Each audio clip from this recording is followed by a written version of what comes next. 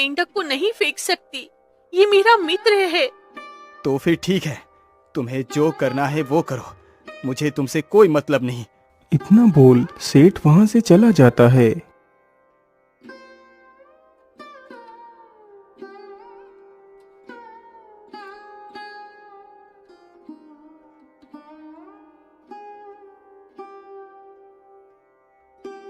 क्या बात है, आप क्या सोच रहे हैं? कुछ नहीं सेठानी जी, बस मुझे एक बात समझ नहीं आ रही। मैं रात भर इसी बात पर विचार करता रहा, लेकिन कुछ समझ नहीं आ रहा। ऐसी कौन सी बात है सेठ जी जो आपको इतना परेशान कर रही है? वसुंधरा, रेखा ने आज तक कभी भी मेरी बात का बहिष्कार नहीं किया, लेकिन कल उसने एक मेंढक के लिए मेरी बात नहीं मानी। सेठ जी, दीदी अब काफी बदल गई है। उन्हें आपकी कोई फिक्र ही नहीं। यदि उन्हें आपकी फिक्र होती तो वो आपकी बात को जरूर मानती। आधी रात गुजर चुकी थी। बेचारी रेखा चुपचाप अपने आप पर हो रहे अत्याचार के बारे में सोच रही थी। तभी मेंढक उछल कूद करता हुआ रेखा के ऊपर बैठ जाता है। अरे मेंढक, ये तुम क्या दुष्टता कर रहे हो? तुम अपने स्थान पर जाओ, अन्यथा ठीक नहीं होगा। मेंढक रेखा की बातों को अनदेखा करता है और उसके ऊपर उछल कूद करता रहता है। मुझे लगता है तू ऐसे नहीं मानेगा। तुझे इसकी सजा तो जरूर मिलेगी। वह तुरंत ही मेंढक की एक टांग पकड़ लेती है और उसे जोर से दीवार के ऊपर पटक देती है, जिसकी वजह से मेंढक मर जाता है। हे भगवान, ये मैंने क्या कर डाला? मैंने अपने वचन को भंग कर दिया। ये क्या अपराध हो गया मुझसे? वह इतना कह ही रही थी कि तभी उस मेंढक के अंदर से एक प्रकाश निकलता है। उसी प्रकाश से एक दिव्य शरीर प्रकट होता है।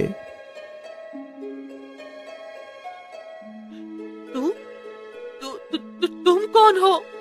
माता, मैं वही मेंढक हूँ जिसे आप अपने पास रखती थी। आज आपने मुझे श्राप मुक्त कर दिया। मैं आपका ये उपकार कभी नहीं चुका सकता। आप दुखी ना हो, मैं जल्दी ही आपका पुत्र बनकर आपकी कोख से जन्म लूंगा। आप बिल्कुल भी दुखी ना हो।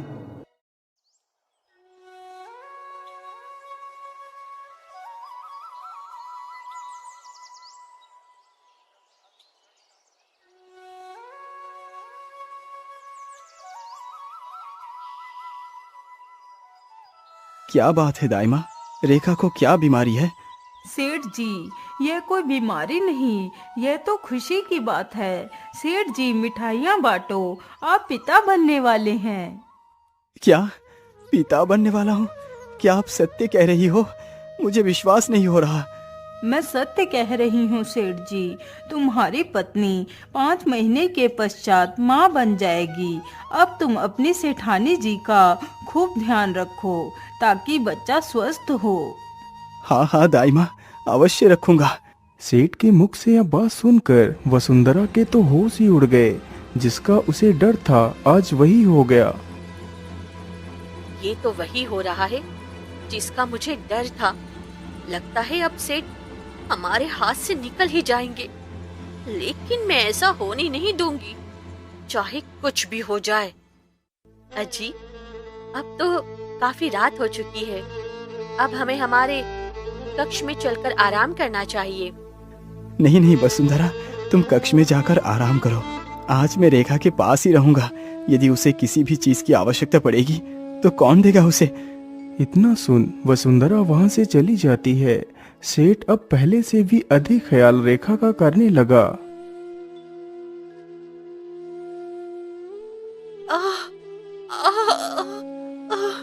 बहुत दर्द हो रहा है।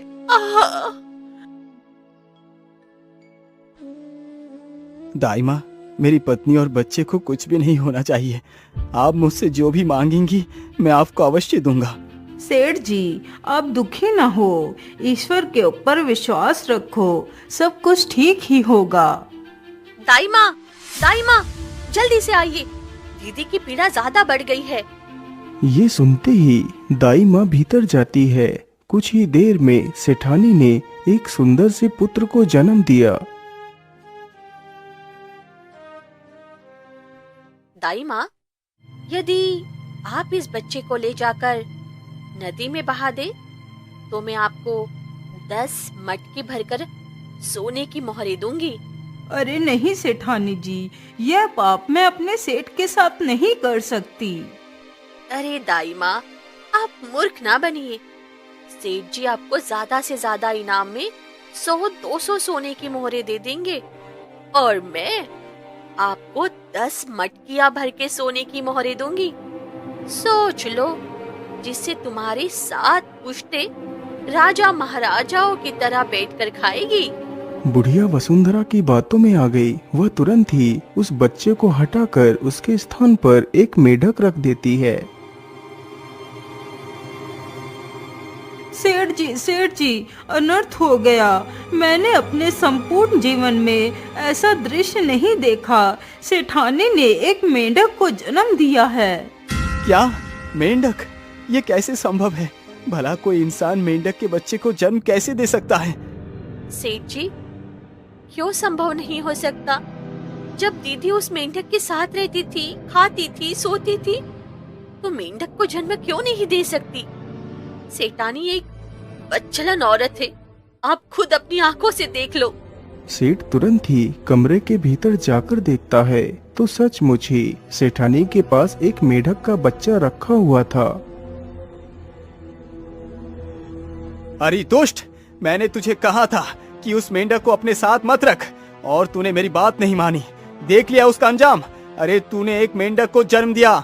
आज से तू मेरी पत्नी नहीं, मैं तेरा पति नहीं। उधर वह बुढ़िया उस बच्चे को लेकर नदी की ओर चल पड़ती है। वह चलते चलते जल्दी ही नदी के किनारे पहुंच जाती है।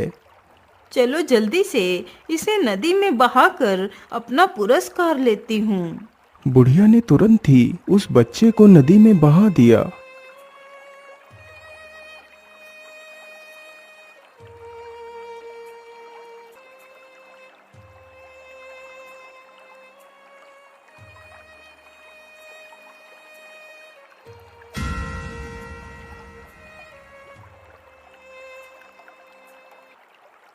अरे ये नदी में क्या बहता हुआ जा रहा है? मुझे लगता है टोकरे के भीतर कोई बच्चा है। चलो देखती हूँ। चील तुरंत ही उड़कर उस बच्चे की बहती हुई टोकरी के ऊपर बैठ जाती है। अरे ये बच्चा तो देखने में कितना मासूम है। चलो इसको अपने साथ ले चलती हूँ। चील तुरंत ही उस बच्चे को अपनी चोंच में दबाकर वहाँ से उड़ जाती है।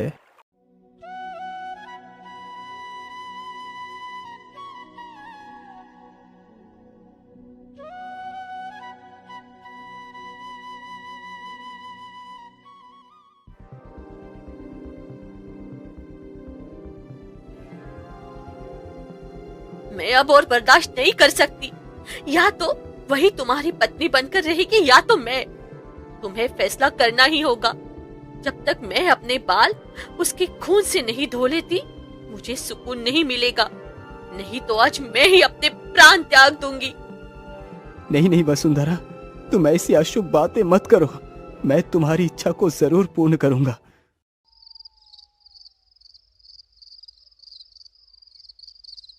आधी रात गुजरते ही सो रही रेखा को सेठ एक बोरी में भरकर बैलगाड़ी के ऊपर लादता है और जंगल की ओर चल देता है।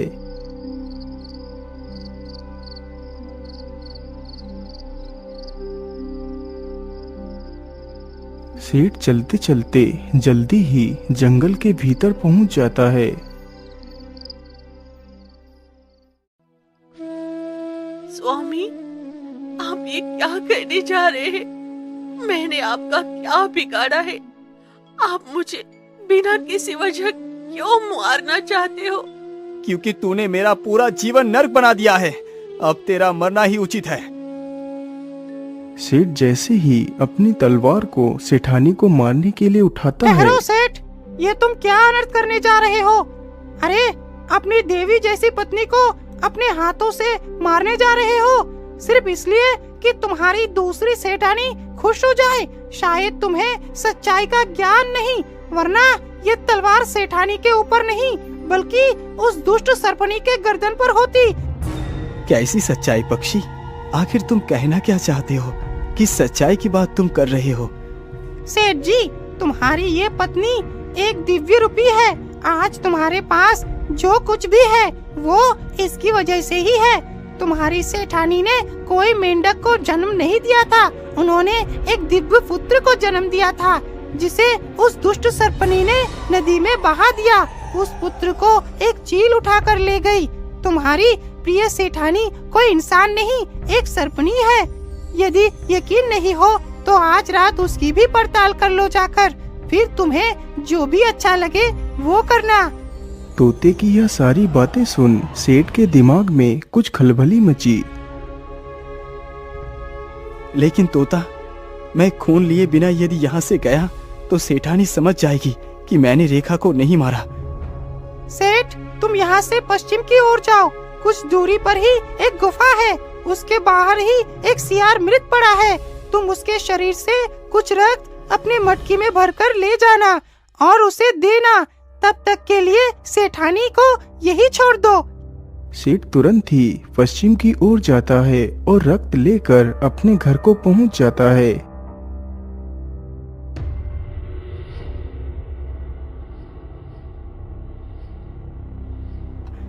ये लो सेठानी जी, आज से तुम्हारी तकलीफ को मैंने हमेशा के लिए समाप्त कर दिया। वैसे मैं बहुत थक चुका हूँ, अब मैं सोने जा रहा हूँ। इतना बोल सेठ बिस्तर पर लेटकर सोने का नाटक करने लगता है।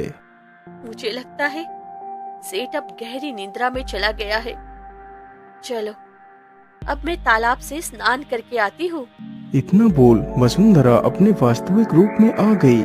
सेठ ने जैसे ही यह दृश्य देखा तो उसकी आंखें फटी की फटी रह गईं। नागिन वहां से जंगल के लिए निकल पड़ती है।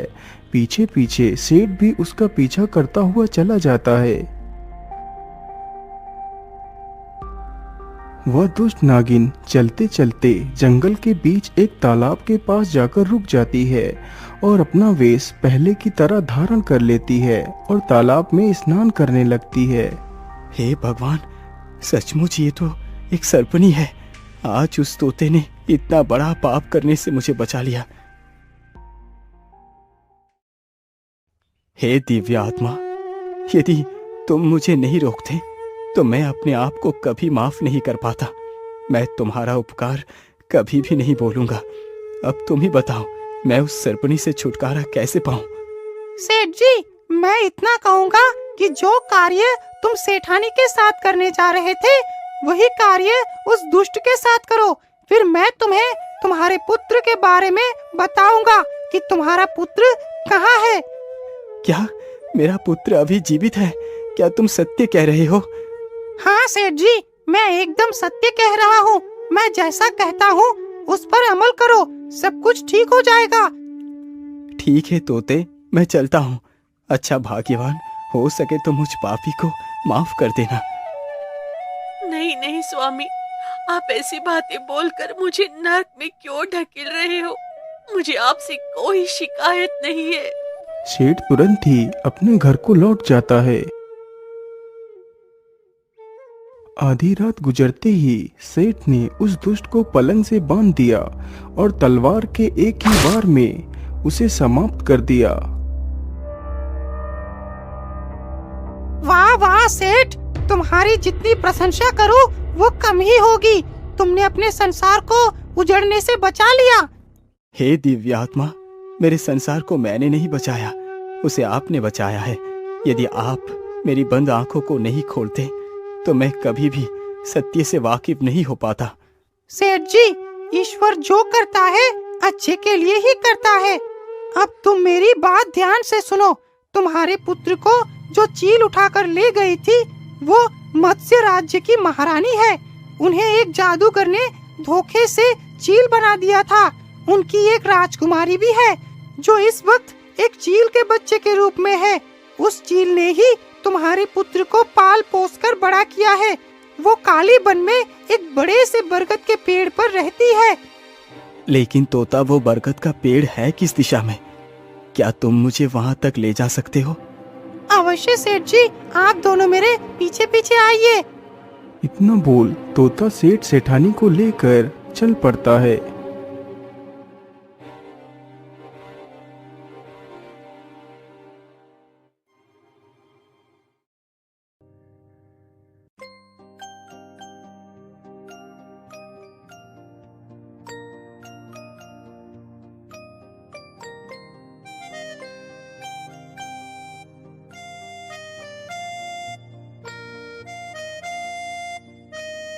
वह तीनों चलते चलते जल्दी ही उस बड़े से वृक्ष के पास पहुंचते हैं तो देखते हैं वह लड़का तथा वह दोनों चील वहीं पर बैठे थे। तोता जाकर सारी कहानी चील को सुनाता है। जरूर सेठ जी, आप अपने बच्चे को ले जा सकते हैं। महारानी जी, मैं आपका ये उपकार कभी नहीं चुका सकता। सेठ जी, आप दुखी क्यों होते हैं? आप चील का ये उपकार अभी अदा कर सकते हैं। वो कैसे तोते, मुझे जल्दी से बताओ। सेठ जी, आप अपने पुत्र के दाहिने हाथ के अंगूठे को चाकू से चीरकर रक्त की कुछ बूंदों को महारानी और उनके राजकुमारी के नेत्रों में डाल दो तो वो दोनों श्राप मुक्त हो जाएंगे। फिर कुछ बूंदे मेरे नेत्रों में डाल दो तो मैं भी श्राप मुक्त हो जाऊंगा। हम तीनों उस जादूगर के श्राप से ही श्राप ग्रसित हैं। सेठ के पुत्र ने तुरंत ही चाकू से अपने दाहिने अंगूठे को काटकर रक्त की कुछ बूंदों को बारी बारी से उन तीनों की आंखों में डाल दिया। वह तीनों कुछ ही क्षण के अंदर अपने वास्तविक रूप में आ जाते हैं। फिर बड़े ही धूमधाम के साथ दोनों का विवाह हो जाता है।